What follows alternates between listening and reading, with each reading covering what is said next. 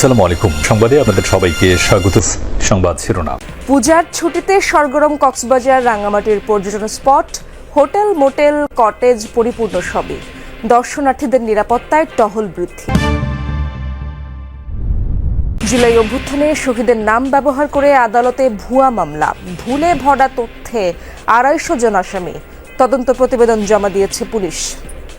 ফ্যামিলির বাইরে অনেকে মামলাটাকে বাণিজ্য হিসেবে ব্যবহার করছে। 19 তারিখে আমাদের আসিয়া থানার সামনে কোনো গোলাগুলি হয়নি। রবিকুল নামে এটার আমি মনে করেন যে বলতে পারলাম না সঠিক। আমার ছেলের মামলার বাদে আমি নিজে।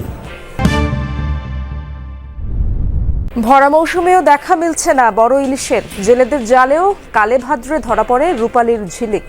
ট্রলিং বোট ও বেহুন্দি জাল নিষিদ্ধের দাবি। ইসরায়েলে ফিলিস্তিনি সশস্ত্র গোষ্ঠী হামাসের অভিযানের 2 বছর পূর্ণ হবে আগামী 7 অক্টোবর। এই সময়ের মধ্যে বহু হামলার চালনা এবং আক্রমণ মোকাবেলার পর আলোচনায় সংগঠনটির বর্তমান অবস্থান। বিশেষজ্ঞরা বলছেন, বড় পরিসরে তাদের প্রতিরোধ ক্ষমতা কমলেও কৌশলগত আক্রমণ, ছোট ইউনিটে দ্রুত হামলা চালানো, সামাজিক মাধ্যমে তথ্যযুদ্ধ চালানো এবং গাজার রাজনৈতিক ও সামাজিক ভিত্তিতে অবস্থান পাকাপোক্ত করার কারণে এখনও শক্তিশালী হামাস। আগামী 7 অক্টোবর পূর্ণ হবে ইসরায়েলে হামাসের অপারেশন আল আকসা ফ্লাডের 2 বছর। এই সময়ের মধ্যে কতখানি কমানো গেছে গোষ্ঠীটির সক্ষমতা, কতটুকু বদলেছে তাদের কৌশল, এসব প্রশ্নই ঘুরপাক খাচ্ছে মানুষের মনে। বিশেষজ্ঞরা বলছেন, আগের চেয়ে হামাস এখন আরও কৌশলী ও নমনীয়। ছোট ছোট ইউনিটে মর্টার বা অ্যান্টি ট্যাঙ্ক মিসাইল হামলা চালিয়ে দ্রুত সরে যায় তারা। বড় পরিসরে প্রতিরোধ করার ক্ষমতা কমে এলেও কৌশলগত আক্রমণ চালিয়ে যাচ্ছে সংগঠনটি, মনে করছেন বিশ্লেষকরা। একই সঙ্গে সোশ্যাল মিডিয়ায় প্রচারণা চালিয়ে তথ্যযুদ্ধে সক্রিয় হামাস। ফলে শুধু সামরিক নয়, কূটনৈতিক ও রাজনৈতিক ক্ষেত্রেও শক্তিশালী হয়ে উঠেছে সংগঠনটি। হামাসের সৈন্য সংখ্যা নিয়েও ধোঁয়াশা থেকেই যাচ্ছে। তাদের অপারেশনগুলো কেন্দ্রীয় নেতৃত্বের নির্দেশে হচ্ছে নাকি ছড়িয়ে ছিটিয়ে থাকা দল নিজেরা করছে, তাও নিশ্চিত নয় কেউ। হামাসের ঠিক কতজন যোদ্ধা আছে তা কেউ নিশ্চিতভাবে জানে না। অনুমান করা হয় প্রায় 30,000 পর্যন্ত হতে পারে। তবে এ ধরনের গোষ্ঠীর সঠিক সংখ্যা নির্ধারণ সবসময় কঠিন। এখন প্রশ্ন থেকেই যায়, হামাসকে কি আসলে নির্মূল করা সম্ভব? বিশ্লেষকরা বলছেন, তাদেরকে পুরোপুরি ধ্বংস করা বাস্তবে প্রায় অসম্ভব। কারণ হামাস কেবল একটি সামরিক সংগঠন নয়, গাজার রাজনৈতিক ও সামাজিক ভিত্তিতে গেঁথে আছে গোষ্ঠীটি। হামাস মূলত একটি রাজনৈতিক আন্দোলন। গাজায় ক্ষমতা নেয়ার পর তাদের সদস্য সংখ্যা, প্রশিক্ষণ ও অস্ত্রশস্ত্র অনেক বেড়ে গেছে। এখন উপত্যকার নিরাপত্তা বাহিনী ও হামাসের মধ্যে পার্থক্য বোঝা কঠিন, কারণ হামাসের সদস্যরাই পুলিশ ও নিরাপত্তার দায়িত্বে আছে। বিশেষজ্ঞরা মনে করেন, শীর্ষ নেতৃত্বকে হত্যার মাধ্যমে সংগঠনকে দুর্বল করা গেলেও স্থানীয় সমর্থন, ছড়িয়ে থাকা নেটওয়ার্ক ও পুনর্গঠনের সক্ষমতা প্রতিবার আরও শক্তিশালী রূপে ফিরিয়ে আনে হামাস। আবারও জুলাই আগস্ট ছাত্র জনতার অভ্যুত্থানের শহীদের নাম ব্যবহার করে আদালতে মামলা করেছে একটি চক্র, যেখানে ভুলে ভরা তথ্যে আসামি করা হয় 252 জনকে। তবে পুলিশ বলছে, তদন্ত করে প্রতিবেদন দেওয়া হয়েছে আদালতে। গেল বছর ছাত্র জনতার আন্দোলনে সাভারে গুলিবিদ্ধ হয়ে প্রাণ হারায় 6ষ্ঠ শ্রেণীর শিক্ষার্থী সায়েদ মাহমুদ খান। ছেলে হত্যার বিচার চেয়ে সে সময় সাভার মডেল থানায় মামলা করেন বাবা বাহাদুর খান। সেই মামলার তদন্ত চলছে এখনো। বছর পার হলেও দেখা যায় সায়েদের নাম ব্যবহার করে আরেকটি মামলা হয়েছে ঢাকার আদালতে, যেখানে মামলার বাদী রফিকুল ইসলাম নিজেকে পরিচয় দেন সচেতন নাগরিক হিসেবে। তবে সায়েদের পরিবার কিংবা গ্রামের কেউই চেনেন না বাদী রফিকুলকে। রবিকুল নামে এটার আমি মনে করেন যে বলতে পারলাম না সঠিক। এটা না, আমার ছেলের মামলার বাদে আমি নিজে। আমার ছেলের মামলা নিজে আমি বাদী। আন্তর্জাতিক ট্রাইব্যুনালের মামলা, ওটাও আমি বাদী নিজে। আর সাভারে যে মামলা হয়েছে, এটাও আমি নিজে। আদালতে দাখিল করা মামলার বিবরণীও ভুলে ভরা। সায়েদ মাহমুদ 20 জুলাই বিকেলের সাভারের গুলিবিদ্ধ হয়ে মারা গেলেও অভিযোগপত্রে উল্লেখ করা হয়েছে 19 জুলাই। ঘটনাস্থল দেখানো হয়েছে আশুলিয়া থানার সামনে। অথচ বৈষম্য বিরোধী ছাত্র আন্দোলনের নেতা কিংবা স্থানীয় কারো কাছে নেই এমন কোনো তথ্য। 19 তারিখে আমাদের আসিয়া থানার সামনে কোনো গোলাগুলি হয়নি। 19 জুলাই ছোটখাটো আন্দোলন মিছিল হয়েছে বাইরে।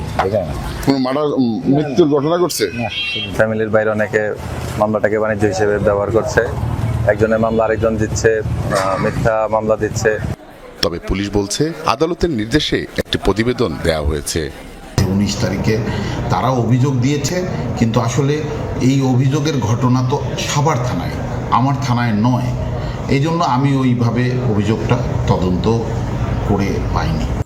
একজন শহীদকে নিয়ে এমন প্রতারণায় ক্ষুব্ধ সায়েদ মাহমুদের গ্রামের বাড়ি মানিকগঞ্জের সিংগাইর থানার ধল্লা এলাকার মানুষ। ছেলে গেছে আমার জায়গায় বলছে আমি বুঝতেছি। আমার কথা হচ্ছে আমার ছেলের জন্য ভালো মানুষ, কোনো ভালো মানুষ যাতে নাকি ইতে না পড়ে। ছোট ইলিশে 6 লাখ বাজার ঘাট, কিন্তু আগের মতো বড় ইলিশের দেখা যায় না। শুধু বাজার নয়, জেলেদের জালেও বড় ইলিশ ধরা পড়ে কালে ভাদ্রে। কিন্তু এর পেছনের কারণ কি? কেন আগের মতো বড় ইলিশ মিলছে না? সেই উত্তর থাকছে পটুয়াখালী থেকে সহকর্মী জাকারিয়া হৃদয়ের পাঠানো 2 পর্বের প্রতিবেদনের শেষটিতে। ঘাটে বাঁধা ছোট বড় বিভিন্ন ট্রলার, উত্তাল নদীর বুক চিরে এসব ট্রলারে করেই মাছ আহরণ করেন মৎস্যজীবীরা। একসময় ভরা মৌসুমে জালে ধরা পড়ত বড় ইলিশ, এখন তা সুদূর অতীত। বেশিরভাগ সময়ই ছোট ইলিশ নিয়ে ফিরতে হয় জেলেদের। বড় ইলিশের দেখা মেলে কালে ভদ্রে। ট্রলিং এর বেশি সমস্যা করে বিদায় মাছটা আর কি ধরা কম পড়ে। গুড়া মাছটা কম মারনে, মানে এবছর আমাকে বাংলাদেশে আলাদা মানে গুড়া মাছটা ভালো পাইতেছে। তবে ইলিশের এই আকাল কি পুরোটাই প্রাকৃতিক? শুধুই কি জলবায়ু পরিবর্তনের প্রভাবেই ইলিশ কম পাওয়া যাচ্ছে? কাঠবডিগুলো এইগুলো হলো একেবারে উপরে আইসিয়া ট্রলিং করার পর যে গুঁড়া মাছগুলো সব মেরে ফেলে তার সেই জন্য মাছের প্রজনন হারটা কম হয়ে গেছে। বড় মাছও কম হইতে দেয় না, বড় মাছ ট্রলিং এই মাছটা সম্পূর্ণ এলাই। আড়তদারদের অভিযোগের সত্যতা মিলে নদী তীরবর্তী ঘাটেও দেদারসে অবৈধ বেহুন্দি জাল তৈরির কাজ চলছে। নদীমোহনায় ট্রলিং বোটের দেখাও মিলছে হরহামেশায়। এসব বন্ধের দাবিতে পটুয়াখালী ও বরগুনার জেলেরা কয়েক দফা মানববন্ধন করেছে। আইন অনুযায়ী নিয়মিত অভিযান পরিচালনা করে অবৈধ এসব বোট ও জাল জব্দ করা হচ্ছে বলে জানালেন মৎস্য অধিদপ্তরের মহাপরিচালক। অ্যাডিশনাল 40 মিটার গভীরতার ভিতরে তারা মাছ ধরবে। এই জায়গাতে কিন্তু এই টোল রুটা লাগানো নিষেধ, অবৈধ। সামুদ্রিক আইন 2020 এই ধারা অনুযায়ী আমরা আমাদের অভিযান, মোবাইল কোড এবং বিভিন্নভাবে আপনাদেরকে মোটিভেশনাল ওয়ার্ক যেটা করা আমাদের চেষ্টা অব্যাহত থাকবে। ইলিশ রক্ষায় ট্রলিং বোট ও বেহুন্দি জাল নিষিদ্ধের পাশাপাশি গবেষণা করে মা ইলিশের প্রজননের পথ বাধাহীন করার দাবি মৎস্যজীবীদের। পর্যটকদের ঢল নেমেছে কক্সবাজার সমুদ্র সৈকত আর রাঙামাটিতে। ছুটি শুরু হওয়ায় সরগরম দর্শনীয় সব স্থান, ছোট বড় সব হোটেল, মোটেল, কটেজ পরিপূর্ণ। প্রতিদিন দূর দূরান্ত থেকে আসছেন অনেকে। কেউ যাচ্ছেন সৈকতে, কেউ পাহাড়, নদী, হ্রদের মিতালি উপভোগে। পর্যটকদের নিরাপত্তায় বাড়ানো হয়েছে টহল। কক্সবাজারের মতো রাঙ্গামাটির হোটেল, মোটেল, রিসোর্ট, কটেজও পরিপূর্ণ। পর্যটন সংশ্লিষ্ট ব্যবসাও চাঙ্গা। যেহেতু পর্যটন মৌসুম শুরু হবে, আমাদের বুকিং প্রায় 100% হয়ে যেতে পারে। 2-3 মাসে যে ব্যবসার ক্ষতি বা এইগুলো পোষানোর চেষ্টা করতেছি। টুরিস্ট আসার জন্য সবাই যেন রাঙ্গামাটিতে একটা ভালো কিছু উদ্যোগ নেয়। পর্যটকদের নিরাপত্তায় বাড়ানো হয়েছে আইন শৃঙ্খলা রক্ষাকারী বাহিনীর তৎপরতা।